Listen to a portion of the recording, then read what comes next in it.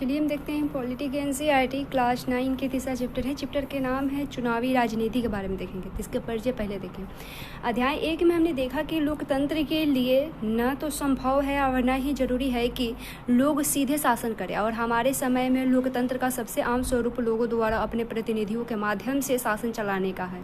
इस अध्याय में हम देखेंगे कि किसी लोकतंत्र में प्रतिनिधियों का चुनाव कैसे होता है, और हम शुरुआत या समझने से करेंगे कि लोकतंत्र में चुनाव क्यों जरूरी है और उपयोगी है। और हम यह भी समझने की कोशिश करेंगे कि विभिन्न दलों की चुनावी प्रतिद्वंद्विता किस तरह लोगों को लाभ पहुंचाती है। फिर हम यह सवाल उठाएंगे कि किन किन चीज़ों के कारण कोई चुनाव लोकतांत्रिक होता है। इसी के सहारे हम लोकतांत्रिक और गैर लोकतांत्रिक चुनाव का अंतर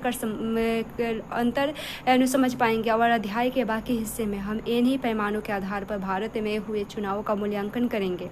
इस क्रम में हम चुनाव के प्रत्येक चरण यानी विभिन्न चुनाव क्षेत्रों के सीमा निर्धारण से लेकर चुनाव परिणामों की घोषणा तक पर नजर डालेंगे। अब हर चरण में हम यह सवाल पूछेंगे कि क्या होना चाहिए और प्रत्यक्ष चुनाव में क्या होता है।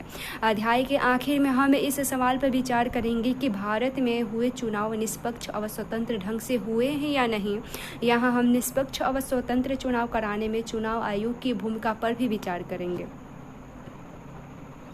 चलिए देखते हैं चुनाव क्यों। तो हरियाणा की विधानसभा चुनाव देखें। आधी रात के बाद का समय उत्सुक भीड़ शहर के चौराहे के पास पिछले 5 घंटे से अपने नेता के आने का इंतजार कर रही है, और आयोजक भीड़ की बार बार भरोसा दिला रहे हैं कि नेता बस अब आने ही वाले हैं। जब भी कोई गाड़ी पास से गुजरती है तो लोग अपने नेताओं को देखने के लिए उम्मीद में उठ खड़े होते हैं और उन्हें लगता है कि हमारे नेता आ गए हैं। यह नेता है श्री देवीलाल, हरियाणा संघर्ष समिति के प्रमुख, जो गुरुवार की उस रात करनाल में भाषण देने आए थे। 76 वर्ष के इस नेता को आजकल जरा भी फुर्सत नहीं है, और उनका राजनीतिक कार्यक्रम सुबह 8 बजे से शुरू होती है और रात 11 बजे तक चलता है। और आज सुबह से उन्होंने 9 चुनावी सभाओं में भाषण दी हैं, और पिछले 23 महीनों से वे लगातार जनसभाएं कर रहे हैं और चुनाव की तैयारियां कर रहे हैं। देखते हैं हरियाणा में 1987 में हुए राज्य विधानसभा चुनाव से जुड़ी एक अखबार की खबर है। राज्य में 1982 में कांग्रेस पार्टी की अगुवाई वाली सरकार थी, जब विपक्ष के एक नेता चौधरी देवीलाल ने न्याय युद्ध नामक आंदोलन का नेतृत्व किया और लोक दल नामक अपनी नई पार्टी का गठन किया। उनकी पार्टी ने चुनाव में कांग्रेस के खिलाफ अन्य विपक्षी दलों को मिलकर एक मोर्चा बनाया, और अपने चुनाव प्रचार में देवीलाल ने कहा कि अगर उनकी पार्टी चुनाव जीतती है तो किसानों और छोटे व्यापारियों के कर्ज माफ कर देंगे, और उन्होंने वादा किया कि यही उनकी सरकार का पहला काम होगा। और लोग तब की सरकार से नाखुश थे और वे देवीलाल के वादे की तरफ आकर्षित हुए। इसलिए जब चुनाव हुए तो उन्होंने लोक दल और उनके सहयोगी दलों के पक्ष में जमकर वोट दिए। लोक दल और उनकी सहयोगी पार्टियों को राज्य विधानसभा की 90 सीटों में से 76 पर जीत मिली, और लोक दल को अकेले ही 60 सीटें मिली और उससे स्पष्ट बहुमत मिला। कांग्रेस के हाथ तब भी सिर्फ 5 सीटें लगी। चुनाव नतीजे की घोषणा के बाद तत्कालीन सरकार के मुख्यमंत्री ने पद छोड़ दिया और लोक दल के नवनिर्वाचित विधायकों ने देवीलाल को अपना नेता चुना। राज्यपाल ने देवीलाल को नए मुख्यमंत्री के रूप में काम संभालने का निमंत्रण दिया, और चुनावी नतीजे की घोषणा के 3 दिन के अंदर वे मुख्यमंत्री बन गए। और मुख्यमंत्री पद की शपथ लेने के तत्काल बाद उनकी सरकार ने एक आदेश जारी करके छोटे किसानों, खेतिहर मजदूर और छोटे व्यापारियों के बकाया ऋण को माफ कर दिया, और उनकी पार्टी ने राज्य में 4 वर्षों तक शासन किया। और अगले चुनाव 1991 में हुए, और इस बार उनकी पार्टी को लोगों का समर्थन नहीं मिला। कांग्रेस पार्टी ने चुनाव जीता और सरकार बनाई। देखते हैं चुनाव की ज़रूरत क्यों होती है। तो देखें चुनाव की ज़रूरत क्यों। देखिए किसी भी लोकतंत्र में नियमित अंतराल पर चुनाव होते हैं, और दुनिया में 100 से भी अधिक देश ऐसे हैं जहां जनप्रतिनिधियों को चुनने के लिए चुनाव होते हैं। हम यह भी जानते हैं कि अनेक ऐसे देश जो लोकतांत्रिक नहीं हैं वहाँ भी चुनाव होते हैं। पर हमें चुनावों की ज़रूरत क्यों होती है। आइए बिना चुनाव वाले लोकतंत्र की कल्पना करें। अगर सारे लोग रोज़ साथ बैठे और सारे फैसले मिलजुल कर ले, तब बिना चुनावों के लोगों का शासन संभव है, लेकिन जैसा हमने अध्याय 1 में देखा कि किसी भी बड़े समुदाय के लिए ऐसा करना संभव नहीं है, और ना ही यह संभव है कि हर किसी के पास हर मामले पर फैसला करने का समय और ज्ञान हो। इसलिए अधिकांश लोकतांत्रिक शासन व्यवस्थाओं में लोग अपने प्रतिनिधियों के माध्यम से शासन करते हैं। क्या चुनाव के बिना भी लोकतांत्रिक ढंग से प्रतिनिधियों का चुनाव किया जा सकता है? आइए एक ऐसी जगह के बारे में कल्पना करें जहां प्रतिनिधियों का चुनाव उम्र और अनुभव के आधार पर किया जाता है, या ऐसी जगह की कल्पना करें जहां प्रतिनिधियों का चुनाव शिक्षा या ज्ञान के आधार पर होता है और किसी ज़्यादा अनुभव या ज़्यादा ज्ञान है यह तय करने की थोड़ी परेशानी आ सकती है, पर यह मान लें कि लोग मिलजुल कर इन परेशानियों को दूर कर लेंगे। स्पष्ट है कि फिर ऐसी जगह पर चुनाव की ज़रूरत नहीं रह जाएगी।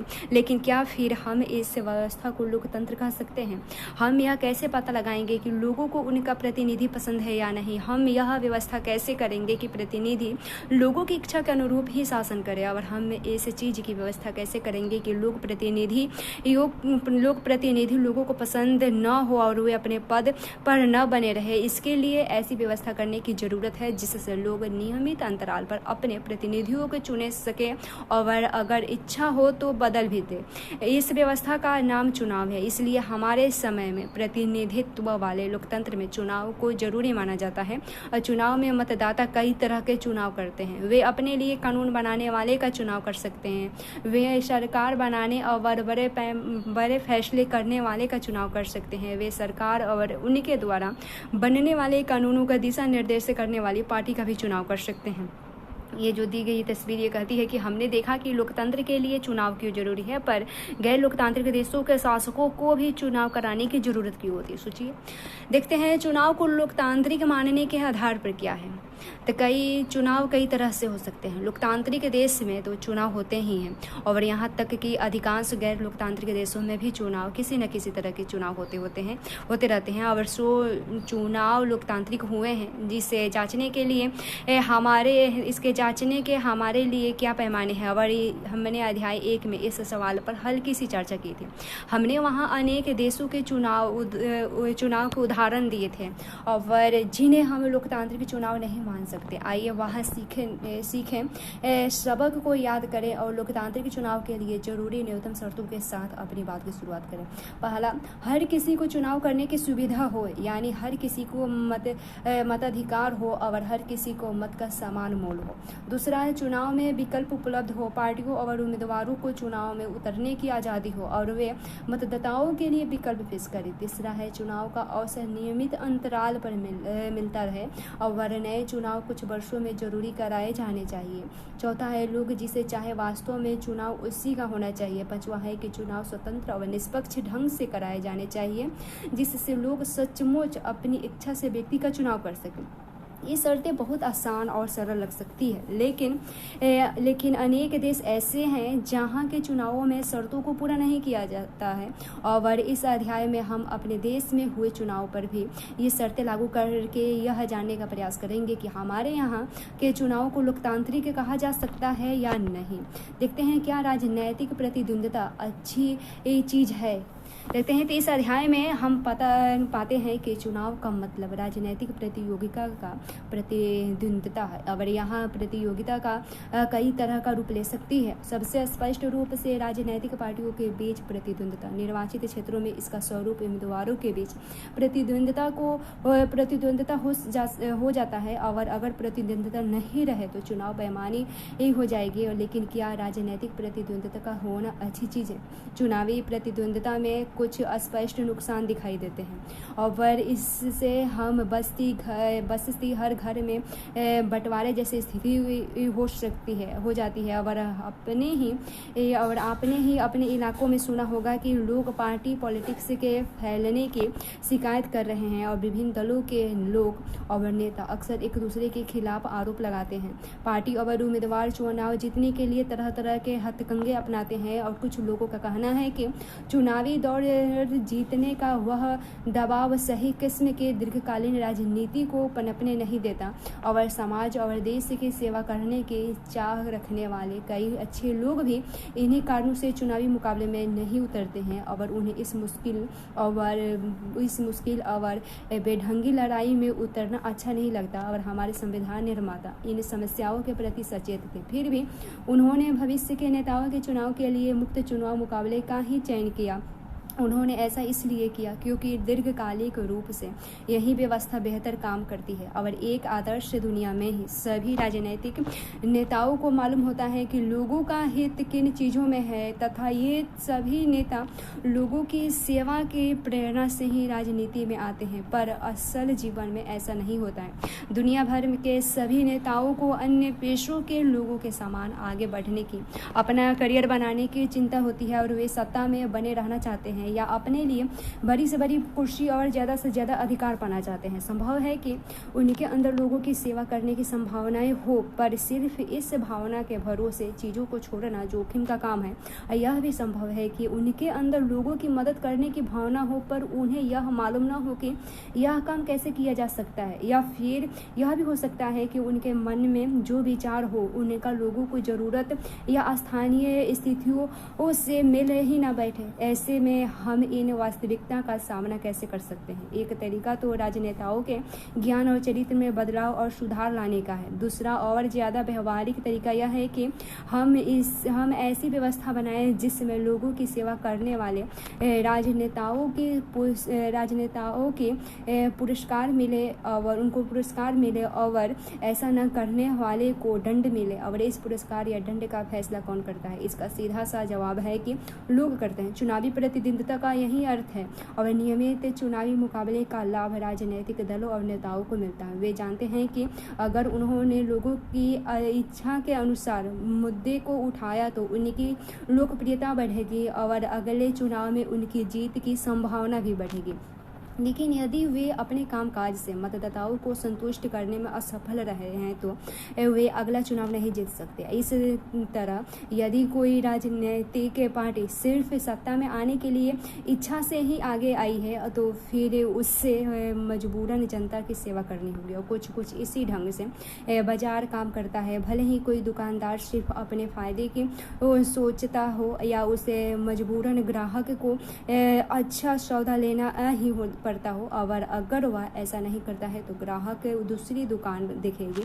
और ठीक इसी तरह राजनीतिक मुकाबले ऐसे संभव है कुछ भेदभाव पनपने और लोगों में आपसी मनमुटाव पैदा हो, लेकिन आखिरकार इससे राजनीतिक दल और इसके नेता लोगों की सेवा के लिए बाध्य होते हैं। उसके बाद चुनाव की हमारी प्रणाली क्या है? देखें, क्या हमारे देश में होने वाली चुनाव लोकतांत्रिक है? इस सवाल का जवाब देने के लिए आइए देखें कि भारत में चुनाव किस तरह के होते हैं। हमारे यहाँ लोकसभा और विधानसभा के चुनाव हर 5 साल बाद होता है और 5 साल के बाद सभी चुने हुए प्रतिनिधियों का कार्यकाल समाप्त हो जाता है और लोकसभा और विधानसभा भंग हो जाते हैं। फिर भी सभी चुनाव क्षेत्रों में एक ही दिन या एक छोटे अंतराल में अलग अलग दिन चुनाव होते हैं और इसे आम चुनाव कहते हैं। कई बार सिर्फ एक क्षेत्र में चुनाव होता है जो किसी सदस्य की मृत्यु या इस्तीफे से खाली हुए होते हैं और इसे उपचुनाव कहते हैं। और इस अध्याय में हम आम चुनाव पर भी ध्यान केंद्रित करेंगे। चुनाव क्षेत्र देखिए, आपने पढ़ा है कि हरियाणा के लोगों ने 90 विधायकों का चुनाव किया और संभव है कि आपने सोचा होगा कि उन्होंने ऐसा कैसे किया होगा। क्या हरियाणा का हर व्यक्ति सभी 90 विधायकों के लिए वोट देता है? शायद आपको भी मालूम होगा कि ऐसा नहीं होता है। और अपने देश में हम क्षेत्र विशेष पर आधारित प्रतिनिधित्व की प्रणाली से काम करते हैं। चुनाव के उद्देश्य से देश को अनेक क्षेत्रों में बांट दिया जाता है और इन्हें निर्वाचन क्षेत्र कहते हैं। और एक क्षेत्र में रहने वाले मतदाता अपने एक प्रतिनिधि का चुनाव करते हैं। लोकसभा चुनाव के लिए देश को 543 चुनाव क्षेत्रों में बांटा गया है और हर क्षेत्र से चुने गए प्रतिनिधियों को संसद सदस्य कहते हैं। लोकतांत्रिक चुनाव की एक विशेषता है और हर वोट का बराबर मूल्य है। इसलिए हमारे संविधान में यह व्यवस्था है कि हर चुनाव क्षेत्र में मतदाताओं की संख्या काफ़ी हद तक एक समान हो और इसी प्रकार प्रत्येक राज्य को उसकी विधानसभा की सीटों के हिसाब से बांटा गया है और इन सीटों से निर्वाचित प्रतिनिधियों को विधायक कहते हैं और प्रत्येक संसदीय निर्वाचन क्षेत्र में विधानसभा के कई निर्वाचन क्षेत्र आते हैं और पंचायतों और नगरपालिका के चुनावों में भी यही तरीका अपनाया जाता है और प्रत्येक पंचायत को कई वार्डों में बांटा जाता है जो छोटे छोटे निर्वाचन क्षेत्र हैं। प्रत्येक वार्ड से पंचायत या नगर पालिका के लिए एक सदस्य का चुनाव होता है। कई बार निर्वाचन क्षेत्र को सीट भी कहा जाता है क्योंकि हर क्षेत्र संसद या विधानसभा की एक सीट का प्रतिनिधित्व करता है। इसलिए जब हम कहते हैं कि लोक दल ने हरियाणा की 60 सीटें जीती है तो इसका मतलब है कि विधानसभा के 60 निर्वाचन क्षेत्रों से लोक दल के 60 लोग जीत कर राज्य विधानसभा में पहुंचे हैं। आरक्षित निर्वाचन क्षेत्र देखें, हमारा संविधान प्रत्येक नागरिक को अपना प्रतिनिधि चुनने और जनप्रतिनिधियों के तौर पर चुने जाने का अधिकार देता है, लेकिन हमारे संविधान निर्माताओं को चिंता थी कि संभव है खुले चुनाव मुकाबले में कुछ कमजोर समूहों के लोग लोकसभा और विधानसभाओं में पहुंच नहीं पाएंगे। संभव है कि चुनाव लड़ने और जीतने लायक जरूरी संसाधन, शिक्षा व संपर्क उनके पास हो ही नहीं और संसाधनों वाले प्रभावशाली लोग उनको चुनाव जीतने से रोक भी सकते हैं। अगर ऐसा होता है तो संसद और विधानसभाओं में हमारी आबादी के एक बड़े हिस्से की आवाज़ ही नहीं पहुंच पाएगी और इससे हमारे लोकतांत्रिक प्रतिनिधित्व का चरित्र कमजोर होगा और यह व्यवस्था कम लोकतांत्रिक होगी। इसलिए हमारे संविधान निर्माताओं ने कमजोर वर्गों के लिए आरक्षित निर्वाचित क्षेत्र की विशेष व्यवस्था सोची है। यही कारण कुछ चुनाव क्षेत्र अनुसूचित जातियों के लोगों के लिए आरक्षित है तो कुछ क्षेत्र अनुसूचित जनजातीय लोगों के लिए है और अनुसूचित जाति के लिए आरक्षित सीट पर केवल अनुसूचित जाति का ही व्यक्ति चुनाव लड़ सकता है और इसी तरह सिर्फ अनुसूचित जनजाति के लिए व्यक्ति अनुसूचित जनजाति के लिए आरक्षित चुनाव क्षेत्र में ऐसे चुनाव लड़ सकते हैं। और अभी लोकसभा की 84 सीटें अनुसूचित जातियों के लिए और 47 सीटें अनुसूचित जनजातियों के लिए आरक्षित हैं।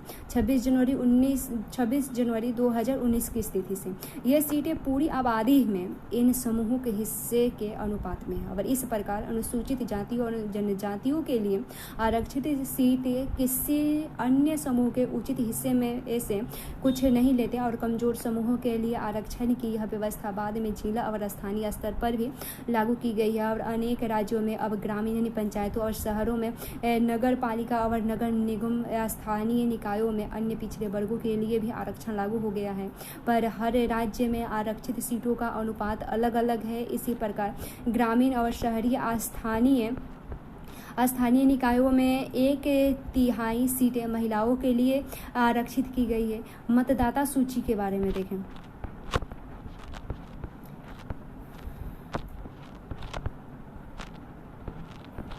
यह है भारत का चुनाव आयोग।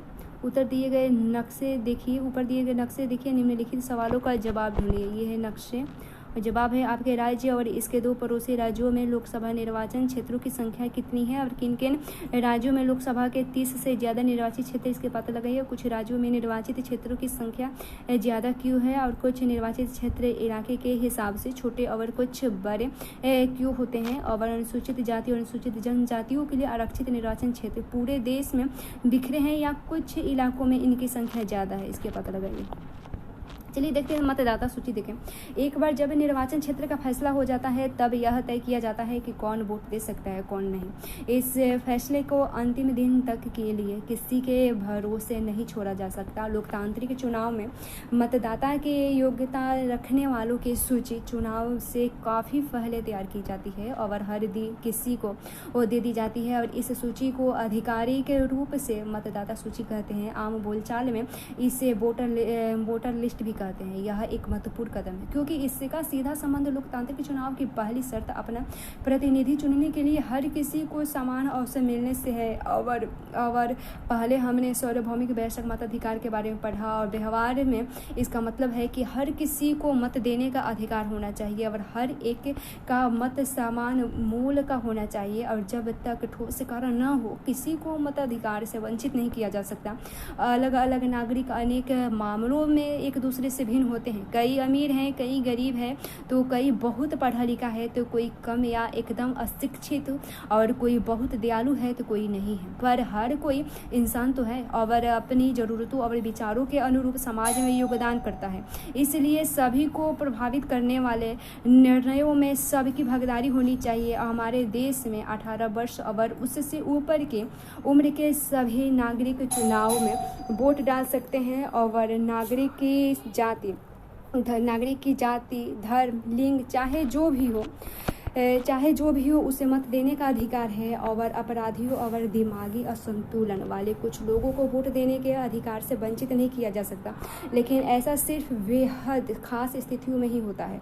और सभी सक्षम मतदाताओं का नाम मतदाता सूची में हो, यह व्यवस्था करना सरकार की जिम्मेदारी है।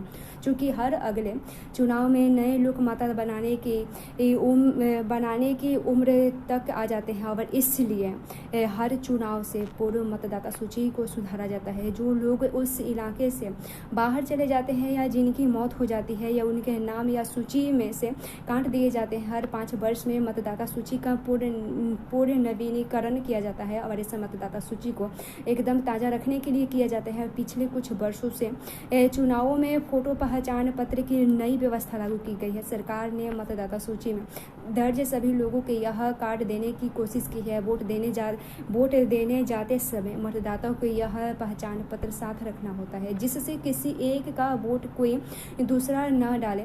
और पर मतदाता के लिए यह कार्ड अभी तक अनिवार्य नहीं हुआ है। वोट देने के लिए मतदाता राशन कार्ड या ड्राइविंग लाइसेंस जैसे पहचान पत्र भी दिखा सकते हैं। उसके बाद उम्मीदवारों का नामांकन देखें। हमने ऊपर देखे कि लोकतांत्रिक चुनाव में लोगों के पास वास्तविक विकल्प होना चाहिए, और यह तभी होगा जब किसी के भी चुनाव लड़ने पर लगभग किसी किस्म की बंदिश न हो। हमारी चुनाव प्रणाली ऐसी ही करती है। जो कोई व्यक्ति मतदाता है वह उम्मीदवार भी हो सकता है। सिर्फ एक फर्क यह है कि कोई भी व्यक्ति 18 वर्ष की उम्र में ही वोट डालने का अधिकारी हो जाता है, जबकि उम्मीदवार बनने की न्यूनतम आयु 25 वर्ष है। और उम्मीदवार बनने में भी अपराधियों वगैरह पर रोक है, और लेकिन यह पाबंदी भी बहुत ही कम मामलों में लागू होती है। और राजनीतिक दल अपने उम्मीदवार मनोनीत करते हैं जिन्हें पार्टी का चुनाव चिन्ह और समर्थन मिलता है। पार्टी के मनोनयन को बोलचाल की भाषा में टिकट कहते हैं। और चुनाव लड़ने के इच्छुक हर एक उम्मीदवार को एक नामांकन पत्र भरना पड़ता है और कुछ रकम जमानत के रूप में जमा करनी पड़ती है। और हाल में सर्वोच्च न्यायालय के निर्देश पर उम्मीदवारों से एक घोषणा पत्र भरवाने की कई प्रणाली भी शुरू गई है। और अब हर उम्मीदवार को अपने बारे में कुछ बयोडे देते हुए वैधानिक घोषणा करनी होती है, और प्रत्येक उम्मीदवार को इन मामले के सारे विवरण देने होते हैं। और उम्मीदवार के खिलाफ चल रहे गंभीर आपराधिक मामले, उम्मीदवार और उनके परिवार के सदस्य की संपत्ति और देनदारियों का ब्यौरा, और उम्मीदवार की शैक्षणिक योग्यता के बारे में इन सूचनाओं को सार्वजनिक किया जाना चाहिए। इससे मतदाताओं को उम्मीदवार द्वारा खुद के बारे में सूचना के आधार पर अपने फैसले करने का मौका मिलता है। यह है उम्मीदवारों की शैक्षणिक योग्यता के बारे में देखें। जब देश की सभी नौकरियों के लिए किसी न किसी किस्म की शैक्षणिक योग्यता जरूरी है, तो विधायक या संसद महत्वपूर्ण पदों के चुनाव के लिए किस किस्म की शैक्षणिक योग्यता की जरूरत क्यों नहीं है, देखते हैं उनको जरूरत क्यों नहीं है। तो सभी तरह के काम सिर्फ शैक्षणिक योग्यता के आधार पर नहीं होते हैं। जैसे भारतीय क्रिकेट टीम में चुनाव के लिए डिग्री की नहीं, अच्छा क्रिकेट खेलने की योग्यता जरूरी होती है। इसी प्रकार विधायक या संसद की सबसे बड़ी योग्यता यह है कि वह अपने क्षेत्र के लोगों की समस्याओं को समझे, उनकी चिंताओं को समझे और उनके हितों का प्रतिनिधित्व करे। वे यह काम कर रहे हैं तो या नहीं, इनके परीक्षा उनके लाखों वोटर 5 साल तक रोज देते हैं। और अगर शिक्षा या डिग्री की प्रासंगिकता हो तो भी यह जिम्मा लोगों पर छोड़ देना चाहिए कि वे शैक्षणिक योग्यता को कितना महत्व देते हैं। और उसके बाद हमारे देश में शैक्षणिक योग्यता की शर्त लगाना एक अन्य कारण से भी लोकतंत्र के मूल्य भावना के खिलाफ होगा। इसका मतलब यह होगा कि देश के अधिकांश लोगों को चुनाव लड़ने के मौलिक अधिकार से वंचित करना है। और जैसे यदि उम्मीदवारों के लिए BA, BCom या BSc की स्नातक डिग्री को भी अनिवार्य किया गया तो 90% से ज़्यादा नागरिक चुनाव लड़ने के अयोग्य हो जाएंगे। यह भारत चुनाव प्रणाली के कुछ विशेषताएं और कुछ सिद्धांत दिए गए हैं, इनको सही इन जोड़ बना सकते हैं आप। जैसे दिया गया है सार्वभौमिक वयस्क मताधिकार, उसके बाद कमजोर वर्गों की प्रतिनिधित्व, खुली राजनीतिक प्रतिद्वंदिता और एक मत एक वोट। कुछ चुनाव प्रणाली की विशेषता में हर चुनाव क्षेत्र में लगभग बराबर मतदान और मतदाता और 18 वर्ष और उससे ऊपर के सभी को मताधिकार ये सार्वभौमिक वयस्क अधिकार है। और सभी को पार्टी बनने का यह चुनाव लड़ने की आज़ादी है। उसके बाद अनुसूचित जाति और अनुसूचित जनजाति सीटों का आरक्षण यहाँ पे दिया गया है।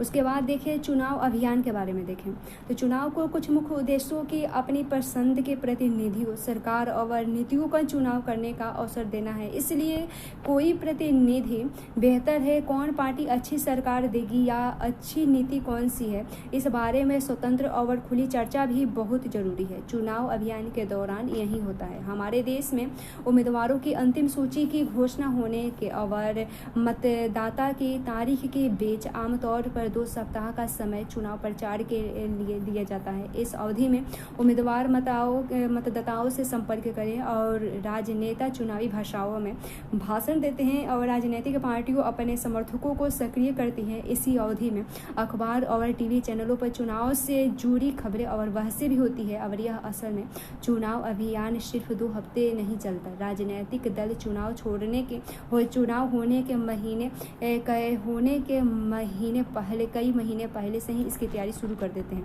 ये जो मिलान दिया गया सिद्धांत और चुनाव प्रणाली की विशेषता है, इसको कमेंट में आप लिखिए। और उसके बाद फिर चुनाव अभियान के दौरान राजनीतिक पार्टियों लोगों का ध्यान कुछ बड़े मुद्दों पर केंद्रित कराना चाहती है। वे लोगों को इन मुद्दों पर आकर्षित करती है और अपनी पार्टी के पक्ष में वोट देने को कहती है। आइए विभिन्न चुनावों में विभिन्न दलों द्वारा उठाए गए कुछ फैसलों नारों पर गौर करें। तो इंदिरा गांधी के नेतृत्व वाली कांग्रेस पार्टी ने 1971 के लोकसभा चुनावों में गरीबी हटाओ का नारा दिया था और पार्टी ने वादा किया कि वह सरकार की सारी नीतियों में बदलाव करके सबसे पहले देश में गरीबी हटाएगी। दूसरा है 1977 में हुए लोकसभा चुनाव में जयशंकर प्रसाद नारायण के नेतृत्व में जनता पार्टी ने नारा दिया लोकतंत्र बचाओ। पार्टी ने आपातकाल के दौरान हुई प्रजातियों को समाप्त करने और नागरिक आज़ादियों को बहाल करने का वादा किया था। तीसरा है वामपंथी दलों में 1977 में हुआ पश्चिम बंगाल विधानसभा चुनाव में जमीन जोतने वाले को नारा दिया गया। 1983 में आंध्र प्रदेश के विधानसभा चुनाव में तेलुगु देशम पार्टी के नेता एन.टी. रामाराव ने तेलुगु स्वाभिमान का नारा दिया था। लोकतंत्र में राजनीतिक दलों और उम्मीदवारों को अपनी मर्जी के मुताबिक चुनाव प्रचार करने के लिए आज़ाद छोड़ देना ही सबसे अच्छा होता है, पर सभी दलों को उचित और समान अवसर मिलने इसके लिए कई बार कुछ दखल देना जरूरी होता है। चुनाव के कानूनों के अनुसार सभी को कोई भी उम्मीदवार या पार्टी ये सब काम नहीं कर सकती जिस पर रोक है। मतदाता को प्रलोभन देना, घूस देना या धमकी देना ये नहीं होना चाहिए और उनसे जाति या धर्म के नाम पर वोट मांगना ये भी नहीं होना चाहिए। उसके बाद चुनाव अभियान में सरकारी संसाधनों का इस्तेमाल करना ये भी नहीं होना चाहिए। उसके बाद लोकसभा चुनाव में एक निर्वाचन क्षेत्र में 25 लाख या विधानसभा चुनाव में 10 लाख रुपए से ज़्यादा खर्च करना ये नहीं होना चाहिए उतना। उसके बाद अगर वे इनमें से किसी भी मामले में दोषी पाए गए तो चुने जाने के बावजूद उनका चुनाव रद्द घोषित कर दिया जाता है। और इस कानून के अलावा हमारे देश की सभी राजनीतिक पार्टियों ने चुनाव प्रचार की आदर्श आचार संहिता को भी स्वीकार किया है और इसमें उम्मीदवारों और पार्टियों को यह सब करने की मनाही है। और चुनाव प्रचार के लिए किसी धर्म स्थल का उपयोग करना और सरकारी वाहन, विमान या अधिकारियों के चुनाव में उपयोग करना, चुनाव की अधिघोषणा हो जाने के बाद मंत्री किसी बड़ी योजना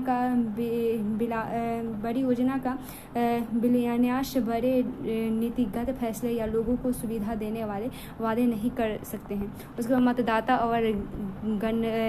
और मत गणना के बारे में देखें। चुनाव का आखिरी चरण है। मतदाताओं द्वारा वोट देना और इस दिनों को आमतौर पर चुनाव का एक दिन कहते हैं। और चुनाव मतदाता सूची में नाम वाला हर व्यक्ति अपने इलाके में स्थित मतदाता केंद्र पर जाता है और हर अस्थायी तौर पर स्थानीय स्कूल या किसी सरकारी इमारत में बना होता है। जब मतदाता मतदान केंद्र में जाता है तो चुनाव अधिकारी उसे पहचान कर उसकी उंगली पर एक काला निशान लगा देते हैं और उसे वोट डालने की अनुमति देते हैं। सभी उम्मीदवारों को एजेंटों को मतदान केंद्र के अंदर बैठने की इजाज़त होती है और इससे कि वे देख सके कि चुनाव ठीक ढंग से हो रहा है या नहीं। और पहले मतदाता एक मतपत्र पर अलग अलग छपे उम्मीदवारों के नाम और चुनाव चिन्ह में से अपनी पसंद और उम्मीदवार की चुनाव जीत पर मुहर लगाकर अपनी पसंद जाहिर करते हैं। और अब मतदाता के लिए इलेक्ट्रॉनिक वोटिंग मशीन का इस्तेमाल होने लगा है और मशीन के ऊपर उम्मीदवारों के नाम और उनके चुनाव चिन्ह बने होते हैं और निर्दलीय उम्मीदवारों को भी चुनाव अधिकारी चुनाव चिन्ह देते हैं। मतदाता को जिस उम्मीदवार को वोट देना होता है उसे चुनाव चिन्ह के आगे वोट बटन को एक बार दबा भर देना होता है और मतदाता को जाने के बाद सभी वोटिंग मशीनों को सील बंद करके एक सुरक्षित जगह पर पहुंचा दिया जाता है। फिर एक तय तारीख पर एक चुनाव क्षेत्र की सभी मशीनों को एक साथ खोल दिया जाता है और मतों और गिनती की जाती है बाद में। और वहाँ सभी दलों के एजेंट रहते हैं और उससे मतगणना का काम निष्पक्ष ढंग से हो सकते हैं और किसी चुनाव क्षेत्र में सबसे ज़्यादा मत पाने वाले उम्मीदवार को विजयी घोषित किया जाता है। और आम चुनाव में अमूमन सभी निर्वाचित क्षेत्रों में मतगणना का एक ही तारीख पर होती है और टीवी चैनल, रेडियो और अखबारों के लिए यह बहुत बड़ा अवसर होता है और वे इसकी खबर पूरे विस्तार से देते हैं। उसके बाद कुछ घंटों की गिनती में ही सारे परिणाम मालूम हो जाते हैं और यह स्पष्ट हो जाता है कि कौन अगली सरकार बनने जा रही है। जैसे हाल ही में हुआ था चुनाव। उसके बाद देखिए भारत में चुनाव क्यों लोकतांत्रिक है। देखते हैं भारत में चुनाव क्यों लोकतांत्रिक है। तो हम चुनाव में गड़बड़ियों और धांधलियों के बारे में पढ़ते रहे। अखबार और टीवी चैनलों की खबरों में अक्सर ऐसी गड़बड़ियों की चर्चा होती है और आरोप लगाए जाते हैं। अधिकांश खबरों में कुछ इस तरह की गड़बड़ियों की सूची होती है। मतदाता सूची में फर्जी नाम डालने और असली नामों को गायब करने की, शासक दल द्वारा सरकारी सुविधाओं और अधिकारियों के दुरुपयोग की और अमीर उम्मीदवारों और बड़ी पार्टियों द्वारा बड़े पैमाने पर धन खर्च करने की, मतदाता के दिन चुनावी धांधली, मतदाताओं को डराना और फर्जी मतदान करना, इसके बारे में। उसके बाद इनमें से अनेक खबरें सही होती हैं। ऐसे खबरों को पढ़ने या टीवी पर देखने हुए हमें दुख होता है और पर सौभाग्य से ये गड़बड़ियाँ इतने बड़े पैमाने पर नहीं होती है कि चुनाव के उद्देश्य को ही नकार दें। और इस परिप्रेक्ष्य में अगर एक एक करके सवाल उठाते हैं तो यह बात ज़्यादा स्पष्ट हो जाता है। क्या कोई पार्टी बिना जन समर्थन के सिर्फ चुनावी धांधलियों के सहारे चुनाव जीतकर सत्ता में आ सकती है? यह एक महत्वपूर्ण सवाल है। आइए इस सवाल के विभिन्न पहलुओं पर सावधानी से गौर करें और चर्चा करें। स्वतंत्र चुनाव आयोग देखें। चुनाव निष्पक्ष हुए हैं या नहीं, इसे जांचने के लिए एक सरल तरीका है यह देखना कि उनका संचालन कौन करता है। क्या चुनाव कराने वाले लोग सरकार से स्वतंत्र है या फिर सरकार या शासन पार्टी या उन पर दबाव और प्रभाव बनाती है। क्या उनके पास स्वतंत्र और निष्पक्ष चुनाव कराने की शक्ति है या क्या वे इन शक्तियों का वास्तव में प्रयोग करते हैं? हमारे देश के लिए इन सवालों का जवाब काफ़ी हद तक सकारात्मक है। हमारे देश में चुनाव एक स्वतंत्र और बहुत ताकतवर चुनाव आयोग द्वारा कराए जाते हैं। इससे न्यायपालिका के समान ही आज़ादी प्राप्त है और मुख्य निर्वाचन आयुक्त की नियुक्ति भारत के राष्ट्रपति करते हैं। और एक बार नियुक्ति हो जाने के बाद निर्वाचन आयुक्त राष्ट्रपति या सरकार के प्रति जवाबदेह नहीं रहता है। अगर शासक पार्टी या सरकार को चुनाव आयोग पसंद न हो तब भी कोई मुख्य निर्वाचन आयुक्त को हटा पाना लगभग असंभव है और दुनिया के शायद ही किसी चुनाव आयोग को भारत निर्वाचन आयोग जितने अधिकार प्राप्त हो। निर्वाचन आयोग चुनाव की अधिसूचना जारी करने से लेकर चुनावी नतीजों की घोषणा तक पूरी चुनाव प्रक्रिया के संचालन के हर पहलू पर निर्णय देता है और यह आदर्श चुनाव संहिता लागू करता है और इसका उल्लंघन करने वाले उम्मीदवारों और पार्टियों को सजा भी देता है। चुनाव के दौरान निर्वाचन आयोग सरकार को दिशा निर्देश मानने का आदेश भी दे सकता है और इससे सरकार द्वारा चुनाव जीतने के लिए चुनाव में सरकारी मशीनरी का दुरुपयोग रोकने या अधिकारियों का तबादला करना भी शामिल है। और चुनाव ड्यूटी पर तैनात अधिकारी सरकार के नियंत्रण में न होकर निर्वाचन आयोग के अधीन काम करते हैं। और पिछले करीब 25 सालों के दौरान निर्वाचन आयोग ने अपनी सारी शक्तियों का उपयोग शुरू किया है और साथ ही उसने अपनी शक्तियों में विस्तार भी किया है। और अब यह आम बात हो गई है कि निर्वाचन आयोग सरकार और प्रशासन को उनकी गलतियों के लिए फटकार लगाएं। अगर चुनाव अधिकारियों को लगता है कि कुछ मतदाता केंद्रों पर या पूरे चुनाव क्षेत्र में मतदान ठीक ढंग से नहीं हुए हैं तो वे वहां फिर से मतदान का आदेश देते हैं। और अक्सर शासक दलों को निर्वाचन आयोग के कामकाज में परेशानी होती है, लेकिन उन्हें निर्वाचन आयोग के आदेश मानने होते हैं। अगर निर्वाचन आयोग स्वतंत्र और शक्तिशाली नहीं होता है तो यह संभव न था। यह चुनाव आयोग ने 14वीं लोकसभा के गठन की अधिसूचना जारी की और बिहार के चुनाव में मतदाता के लिए फोटो पहचान पत्र अनिवार्य किया। उसके बाद चुनाव आयोग ने चुनाव खर्च पर नकेल कसी और चुनाव आयोग का एक और गुजरात दौरा चुनावी तैयारियों का जायजा लिया। और चुनाव आयोग ने गृह मंत्रालय के चुनाव सुधार संबंधी सुझाव नकारे और चुनाव के गुप्त खर्च पर चुनाव आयोग की नजर रही। और उच्च न्यायालय के चुनाव आयोग से अपराधी नेताओं पर रोक लगाने की कहा। और चुनाव आयोग को हरियाणा के नए पुलिस प्रमुख की नियुक्ति स्वीकारी। चुनाव आयोग ने 398 मतदाता केंद्रों पर फिर से वोट डालने के लिए आदेश भी दिया था। उसके बाद राजनीतिक विज्ञापनों पर सेंसर का अधिकार हो, चुनाव आयोग ने यह भी किया था। उसके बाद एग्जिट पोल पर प्रतिबंध लगाने की फिलहाल कोई योजना नहीं चुनाव आयोग ने। उसके बाद देखते हैं चुनाव में लोगों की भागीदारी के बारे में देखें। चुनाव प्रक्रिया की गुणवत्ता को जांचने का एक और तरीका यह देखना है कि इसमें लोग उत्साह से भागीदारी करते हैं या नहीं।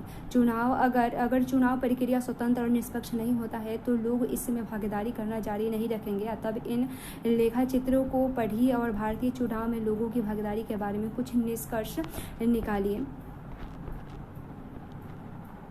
इससे पहला है भारत चुनाव में लोगों की भागीदारी का पैमाना आमतौर पर मतदान करने वाले लोगों के आंकड़े को बनाया जाता है। मतदान की योग्यता बनाने वाले कितने प्रतिशत लोगों ने असल में मतदान किया है और हिसाब लगाना मुश्किल नहीं है। इसका हिसाब लगाना मुश्किल नहीं है। और इस पिछले 50 वर्षों में यूरोप और उत्तरी अमेरिका के लोकतांत्रिक देश में मतदान का प्रतिशत गिरा है और भारत में यह या तो स्थिर रहा है या ऊपर ही उठा है। दूसरा है भारत में अमीर और बड़े लोगों की तुलना में गरीब, निरक्षर और कमजोर लोग ज़्यादा संख्या में मतदान करते हैं। और पश्चिम के लोकतंत्र में स्थिति इससे उलट है। और अमेरिका में गरीब लोग, अफ्रीका मूल लोग और हिस्पैनिक लोग अमीर और श्वेत लोगों की तुलना में काफ़ी कम मतदान देते हैं। और तीसरा है कि भारत में आम लोग चुनाव को बहुत महत्व देते हैं और उन्हें लगता है कि चुनाव के जरिए वे राजनीतिक दलों पर अपने अनुकूल नीति और कार्यक्रमों के लिए दबाव डाल सकते हैं। और उन्हें लगता है कि देश के शासन संचालन के तरीके में उनके वोट का महत्व है। और उसके बाद चौथा है साल दर साल चुनाव से संबंधित गतिविधियों में लोगों की सक्रियता बढ़ती जा रही है। 2004 के चुनाव में 1/3 से ज़्यादा मतदाताओं ने चुनाव अभियान वाली गतिविधियों में किसी न किसी तरह की भागीदारी की। आधे से ज़्यादा लोगों ने खुद को किसी न किसी दल के नज़दीक बताया। प्रत्येक 7 मतदाताओं में से एक व्यक्ति किसी न किसी राजनीतिक दल का सदस्य था। उसके बाद चुनावी नतीजों का स्वीकार करना। चुनाव के स्वतंत्र और निष्पक्ष होने का आखिर पैमाना उसके नतीजे ही हैं। अगर चुनाव स्वतंत्र और निष्पक्ष ढंग से न हो तो नतीजा हरदम ताकतवर जमाव के पक्ष में ही हो जाता है। और ऐसी स्थिति में शासक पार्टी चुनाव हारती ही नहीं है। आमतौर पर हारने वाले पार्टी गड़बड़ ढंग से कराए गए चुनाव के नतीजे को स्वीकार नहीं करती। भारत में चुनावी नतीजे खुद ही काफी कुछ कह देते हैं। और भारत में शासक दल राष्ट्रीय और प्रांतीय स्तर पर अक्सर चुनाव हारते हैं। बल्कि पिछले 15 वर्षों में भारत में जितने चुनाव हुए हैं उनमें से प्रत्येक 3 में से 2 में शासक पार्टी हारी ही है। और अमेरिका में मौजूदा चुना हुआ प्रतिनिधि शायद ही कभी चुनाव हारता है। भारत में निवर्तमान सांसदों और विधायकों में से आधे चुनाव हार जाते हैं। वोट खरीदने में सक्षम पैसे वाले उम्मीदवार हो या आपराधिक पृष्ठभूमि वाले उम्मीदवार, उनका भी चुनाव हारना बहुत आम है। और कुछ के अपवादों को छोड़ दे तो अक्सर हारी हुई पार्टी भी चुनाव के नतीजे को जनादेश मानकर स्वीकार कर लेती है। उसके बाद स्वतंत्र और निष्पक्ष चुनाव की प्रक्रिया स्वतंत्र और निष्पक्ष चुनाव की चुनौती देखें। इस बातों से हम इस सरल से निष्कर्ष पर पहुंचते हैं कि भारत में चुनाव बुनियादी रूप से स्वतंत्र और निष्पक्ष है। जो पार्टी चुनाव जीतकर सरकार बनाती है उससे लोगों का समर्थन प्राप्त ही होता है। संभव है कि हर चुनाव क्षेत्र पर यह मत लागू न होती हो और कुछ उम्मीदवार पैसों के जोर पर या गलत तरीके से जीते हो सकते हैं, पर चुनाव का कुल नतीजा अभी भी लोगों की इच्छा को ही बताता है। और पिछले 50 वर्षों में हमारे देश में इस सामान्य नियम के थोड़े बहुत अपवाद हैं और यही चीज़ भारतीय चुनाव प्रणाली को लोकतांत्रिक बनाती है। जब आप थोड़े ज़्यादा गंभीर मसले पर गौर करके कुछ सवाल उठाएंगे तो तस्वीर थोड़ी ये अलग लगेगी। और क्या लोग पूरी समझदारी और सारी चीज़ें जानकर फैसले करते हैं? क्या मतदाताओं के पास सचमुच स्वस्थ विकल्प उपलब्ध होते हैं? क्या चुनाव पैमाने सबको बराबरी का अवसर देता है? क्या कोई सामान्य नागरिक चुनाव जीतने की कल्पना भी कर सकता है? इस तरह के सवाल भारतीय चुनाव व्यवस्था का सीमाओं और चुनौतियों की ओर हमारा ध्यान दिलाते हैं। और ये कुछ ऐसे ही मुद्दे हैं जैसे ज़्यादा रुपए पैसे वाले उम्मीदवार और पार्टियां गलत तरीके से चुनाव जीत जाएगी और यह कहना मुश्किल है, पर उनकी स्थिति दूसरों से ज़्यादा मजबूत होती है।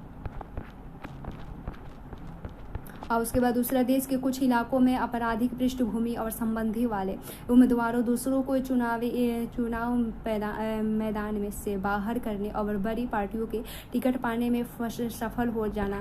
तीसरा है, अलग अलग पार्टियों में कुछ के परिवारों का जोड़ है और उनके रिश्तेदार आसानी से टिकट पा जाते हैं। और उसके बाद अगला है कि अक्सर आम आदमी के लिए चुनाव में कोई ढंग का विकल्प नहीं होता है, क्योंकि दोनों प्रमुख पार्टियों की नीति और व्यवहार कमोबेश एक से होते हैं। उसके बाद अगला है कि बड़ी पार्टियों की तुलना में छोटे दलों के निर्दलीय उम्मीदवारों को कई तरह की परेशानियां उठानी पड़ती है। ये चुनौतियाँ भारत की ही नहीं है, कई स्थानीय लोकतंत्र की भी यही स्थिति है। लोकतंत्र में जो लोग आस्था रखते हैं उनके लिए ये चीज़ें गहरी चिंता का विषय है। उनमें से कुछ समस्याओं से मुक्ति पाने के लिए चुनाव प्रणाली में जरूरी बदलाव की मांग नागरिक, सामाजिक कार्यकर्ता और संगठन की तरफ से होती है। या क्या आप कुछ चुनाव सुधार सुझाव कर सकते हैं? इन चुनौतियों का सामना करने के लिए एक आम नागरिक क्या कर सकता है, इसके बारे में।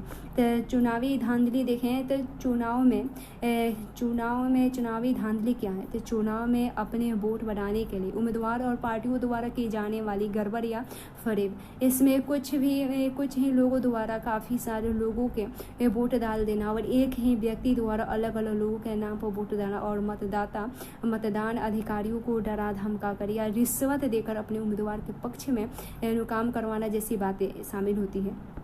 निर्वाचन क्षेत्र देखें, एक खास भौगोलिक क्षेत्र के मतदाता जो एक प्रतिनिधि का चुनाव करते हैं। उसके बाद आचार संहिता क्या है? तो चुनाव के समय पार्टियों और उम्मीदवारों द्वारा माने जाने वाले कायदे, कानून और दिशा निर्देश हैं।